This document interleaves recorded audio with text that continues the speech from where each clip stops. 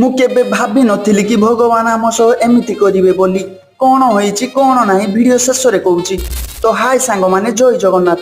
ଏ ବର୍ଷା ପାଗରେ ଖାଲି ଶୋଇବାକୁ ଇଚ୍ଛା ହଉଛି, ଉଠିବାକୁ ଜମା ବି ଇଚ୍ଛା ହଉନି। ଏମିତିରେ ବି ମୁଁ ପୁରା ଅଳସୁଆ। ଦେଖୁନାହାନ୍ତି 8:30 ହେଲାଣି, ଏବେ ସୁଦ୍ଧା ଦାନ୍ତ ବି ଘଷିନି।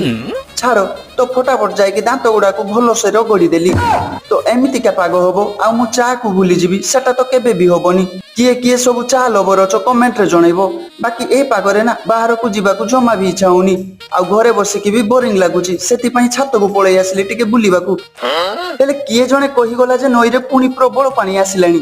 ତାପରେ ଆଉ କଣ, ଗାଡିଟା ଧରି ସିଧା ପଳେଇଲି ନଈ ଆଡକୁ।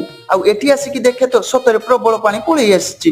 ପୂର୍ବ ଭିଡିଓରେ ମୁଁ କହିଥିଲି କି ଆମକୁ ବାତ୍ୟା ଆଉ ନଈ ପାଣିରେ କିଛି ବି ଫରକ ପଡେନି ବୋଲି। ହେଲେ ଭଗବାନ ଭାବିଲେ ନାଇଁ, ମାନେ ଅଧିକ ହଉଛନ୍ତି, ଆଉ ୟାଙ୍କୁ ଭଲସେ ଟିକେ ନାମ ଦବା। ନାମ ତ ଆମେ ନଉଛୁ, ଆପଣ ମାନେ କାହିଁ ଏମିତି ହଉଛନ୍ତି? ଚ୍ୟାନେଲକୁ ଟିକେ ସବସ୍କ୍ରାଇବ କରିଦିଅନ୍ତୁ।